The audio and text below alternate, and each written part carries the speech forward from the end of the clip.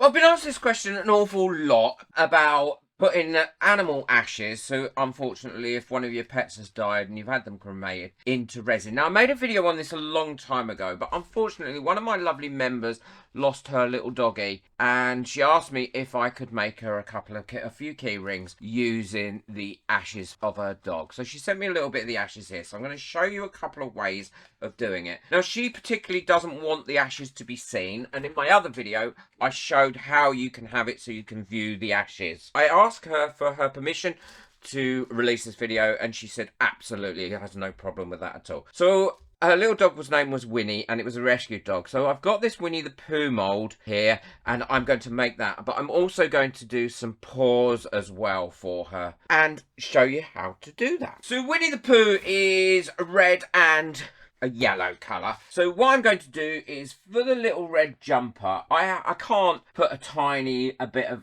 epoxy resin in there. So what I'm going to be using is some of this UV resin, which is red.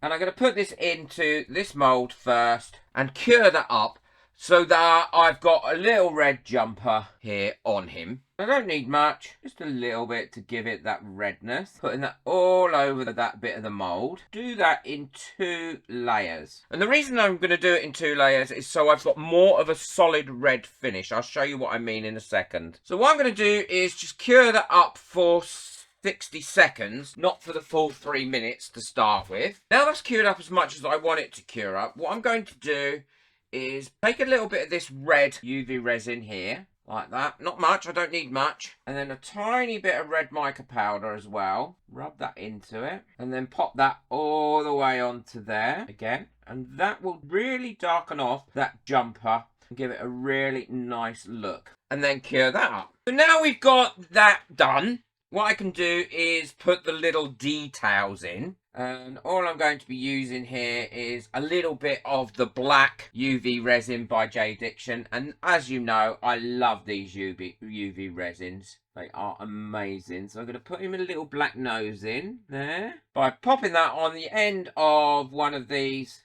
little sticks. Popping a little dot in there for an eye, and then also for an eyebrow. And then curing that up. I am going to fill this with epoxy resin, but before I do that, what I'm going to do is put a very thin layer of yellow UV resin on here. And the reason is, ashes do tend to suspend quite well in resin, but just in case they were to float down, I know my member doesn't want to see the ashes. So by just putting a skin over that, if they do sink down, then this is going to create a barrier so they don't actually see the ashes. And not only that, but it will also help with keeping all that UV resin in place that I've put in there. And now we can cure that up. And while that's mixing up, what I can do is get my resin ready. And I'm going to use the crystal clear epoxy resin because I know this is going to cure really, really well by J Diction. And I know that without a doubt, it will give me a great result. I don't have to worry. And this is a 1-to-1 resin. Now the amount of ashes that the member has sent me is quite a lot, and I'm not going to need all those for this particular pour. So what I'm going to do is make several of these for her with that amount of ashes. And I'll show you how much ash I put in, because you don't need a great deal. The last thing you want it to do is change all the colour and everything as well. I'm also going to prep this mould here in exactly the same way. And what I'm going to do here is I'm going to have little red paw prints because she wants it in Winnie the Pooh colours. And then the bone I'm going to do in yellow and cure that up. And I've got my amount of resin that I want to use for this project in here. And before I do anything else, I'm going to add a very opaque resin pigment. Don't worry, I will link everything that I use in the description below, so you'll be able to find it. Give that a bit of a stir in, make sure it's fully mixed in. And now it's at this stage that I can add the ashes. I'm going to be careful with the ashes. Obviously, I don't want to be spilling any out. So add that amount in, and then I'll give that a good mix in. As you can see, it is going to be changing the colour of this resin a little bit. But because we put that pre-colour in there, then it should help prevent that from over changing those colours. So they're mixed up enough now.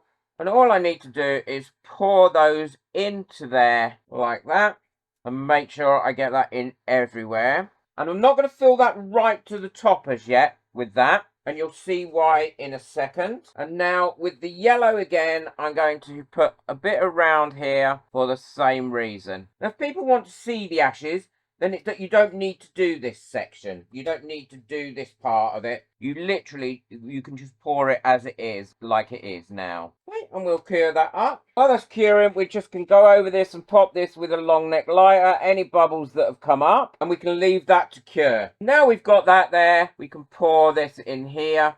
Again, not filling it right to the very top. Again, bursting any bubbles that have come up, and we can leave that to cure. And then any leftover I've got, I can pour into one of these heart molds, because the last thing we want to do is waste any, because any that I have left over, any of the ashes I have left over, I will send off when I send her what I've made. But I also don't want to be throwing any of this away, because it's, you know, losing a pet is terrible, and it would be awful to dispose of it. So these can be little pocket hugs, and we'll let them cure up, and then I'll make a few more and I'll show you how I then put them together ready to give back as a gift. These are cured now. I can't wait to have a look at them. The Winnie the Pooh mould is a very disappointing mould. As you can see, I hadn't realised that it was actually a matte mould. I thought it was going to be a gloss mould, so I'm a bit disappointed in that. Not the mould's fault, my fault. I should have read it properly first. And these have all come out really, really well. And there is obviously ashes in all of them, and along with this one. Now, the ashes have fallen down to the bottom there, but they're not too bad, so I'm quite happy with that. Now, I want that Winnie the Pooh to be shiny, so I'm going to show you how I'm going to make that shiny without any real work involved in it.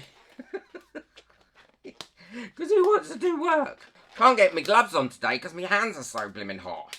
So hot here today. So all I'm going to do is take a little bit of the yellow UV resin and get myself a micro brush and pop that over his tummy and everywhere. See that there, that's a little bit where the ashes have fallen down to the tummy, but that'll be fine. We're not actually seeing them completely as a pile of ash. And then I'm going to put on the face some low viscosity clear UV resin, but not, and a little bit on his jumper. Get my UV light and cure that up for 3 minutes. So there we go. That's made that nice and shiny now, and it looks like Winnie the Pooh. So I'm going to quickly show you one other way that you can prepare your ashes ready to put into things. But what you do need is a very clean piece of silicone mat. Just take a little pot like this. Take some of your ashes. Now, you don't want too much again, so that is probably enough, because ashes go a long, long way. And this is the method that you can use if you wish to see the actual ashes as well, or if you want to bury the ashes. It works either way. Take some low viscosity, make sure it's the low viscosity UV resin, and pop that in there, like that. Give it a good mix round. Everything's completely covered. And then just pour this out. Now, you can do this in dots like this, and they can fit into somewhere, or you can have them showing. And when you've done dots like this, they look really, really nice. Much nicer than just having rough bits put in. And the other way to do it is like this, is take some like this and then spread it out fairly thinly on your silicone mat. I'm going to make some hearts with this. And it is always a good thing to let people know as well, when you're doing anything like this for them, that there might be a little bit of wastage, and check that they're okay with that, because some people say, no, I don't want any wastage. Any wastage you have, can you just pop in a bag for me and send back? And that's fine too. Before you cure those up, get rid of any of the little bubbles that have come to the top. If not, that will spoil it, because bubbles will come up to the top where you've mixed the ashes in, because the ashes will have air inside them. Okay.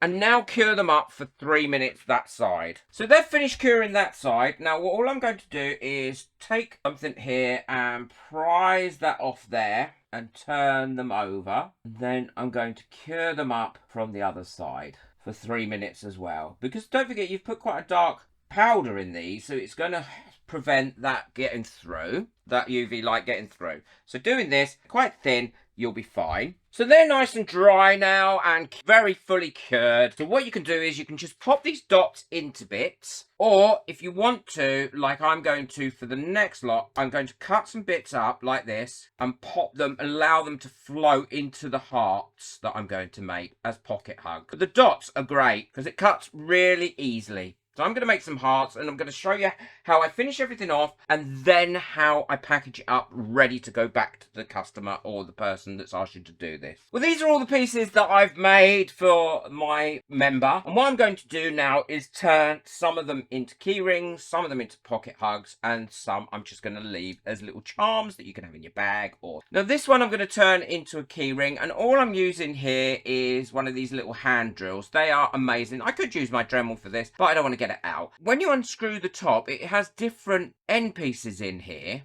for you to be able to put your different size drills in. And I know a lot of people didn't realise that these come unscrewed and you can change these out. So if you didn't know, there you go. There's a little tip for you. So all I'm going to do to start with is drill through here like this, holding that bit there in my hand and turning it as I go. I'm not putting too much pressure on it. I'm letting the actual drill bit do the work itself. And it's always better to pre-drill these items. You'll get a much nicer finish to them afterwards. Here we are. That's that one done. And I'm also going to turn this one as well into a key ring. These I'm going to turn into pocket hearts or pocket hugs, and I'll show you how I'm going to do that in a second. And these I'm going to turn into little charms as well that you can hang off of your bag or anywhere you want to hang them off. So for these, what I'm going to do is add these little backs on to the bears, and they'll work really well. So I need to decide roughly where I'm going to put them, and I'm going to try and get that hoop there through the top of his two ears. And what I'm going to use to attach that with is some 5-minute epoxy. Now you'll find that 5-minute epoxy will work brilliantly with sticking together resin and metal. Just need a little bit of each. Get yourself a stirring stick, give it a quick mix. So all I'm going to do is pop a little bit of my 5-minute epoxy, and believe me, this will glue on really tight. Pop that onto there and then push that down quite tight. And then what I like to do with these is cover this back a little bit as well and around these edges with the 5-minute epoxy, because that'll also give it a little bit more stability. And then leave those to dry. And like it says, it takes about 5 minutes, but actually it takes about 20 minutes to get really hard. And then with these, what I like to do is take my little screw ring here, or screw hook, and I will link everything in the description below, so please don't worry if you want to get hold of it. I like to put a little bit of the glue on there as well, and then screw those down into the hole that I made using my little hand drill. There we go. And then we'll leave those to cure up. And then I'll show you how I'm going to package up the rest. While they're drying, what I'm going to do is make myself a few jump rings. I often buy aluminium jump rings and they're really, really soft. But what I want to do is make some with this stainless steel wire. And they are so much stronger. And it's really easy to make your own jump rings. Just take a length of wire that you want, like that. And this is stainless steel, so it's going to be a little bit more difficult to cut than the aluminium. Get yourself a piece of wooden dowel or a pencil or anything that you can wrap it around, and wrap these around really, really firmly so you've got a nice, almost like a spring there. Now I'm going to just take my jewelry pliers here and push them into each other again so they're nice and tight, and then you've got yourself this little spring. And all you need to do is go along here and cut through. I'm using some rather meaty wire cutters because I need them to be quite meaty, and then just line up where you cut that last one and cut the next one, and that will give you your jump ring, and that'll be really nice and strong and isn't going to allow things to pull off or come off as easy as it would if you use the aluminium ones. You can also cut these using your Dremel as well with the cutting bit on them. These are all firm and lovely and cured up now, and what I'm going to do is pop my large lobster claws on. I know there is a special name for these, but I can't think for the life of me what it is. And I'm using a keyring attachment for this as well, because it's less likely to come off. And then these can then be clipped to handbags or anything that you want to clip them to, like that. And then these two I'm going to turn into just key rings using a key ring attachment and using one of these really strong jump rings. Make sure you get them right together when you're putting a jump ring on. Push it past its original bit and then join them up like that, and then they're going to stay. That is going to be lovely and strong there. There we go. We've got a couple of key rings there, and we've got a couple of tags. For the hearts that I made using that second method I showed you, what I've done is printed off here some pocket hug cards.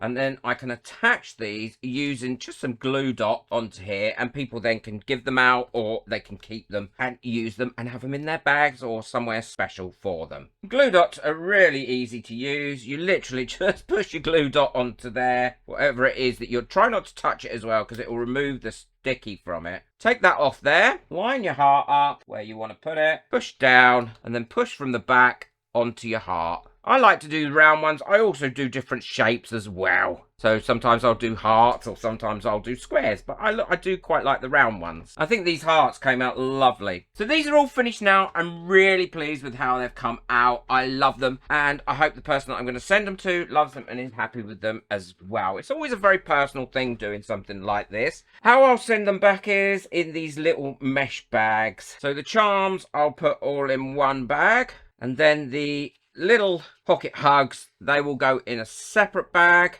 And then around those bags, I've made some little tags that say handmade, and there's a little heart there as well, so it's handmade with love. And then I'll pop them into a jiffy bag, and then I'll post them back. I hope you've enjoyed this. It really is quite a personal thing to do something like this. You can do it with human ashes as well as pet ashes, and I know people that do. Personally, I don't ever handle someone else's dead relatives, but that's my choice. But if you want to do it, then feel free to do it. Boot that like button, hit that subscribe button. Hope you've enjoyed the tips and tricks on how to preserve some ashes, several different ways and different methods. Check out the video that I've got coming up next.